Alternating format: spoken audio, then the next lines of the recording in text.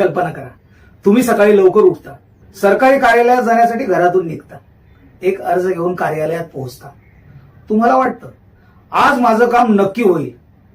पण कार्यालयात गेल्यावर पहिला प्रश्न पडतो, साहेब आहेत का? मग उत्तर मिळतं, साहेब मीटिंग मध्ये आहेत. थोड्या वेळाने सांगितलं जातं, आज संबंधित अधिकारी आलेले नाहीत किंवा तुमच्या फाईलवर अजून सही झालेली नाही. कधी एक कागद कमी पडतो, कधी दुसऱ्या विभागाची परवानगी लागते, कधी फाईल एका टेबलावरून दुसऱ्या टेबलावर जाते आणि शेवटी नागरिकाला सांगितलं जातं, पुढच्या आठवड्यात या. मग प्रश्न असा आहे, सरकारी कार्यालयात साधं काम पूर्ण होण्यासाठी एवढा वेळ का लागतो? कर्मचारी कमी आहेत, काम जास्त आहे, नियम खूप आहेत, कागदपत्रांची प्रक्रिया गुंतागुंतीची आहे, की काही ठिकाणी प्रशासनाची कार्यपद्धतीच बदलण्याची गरज आहे?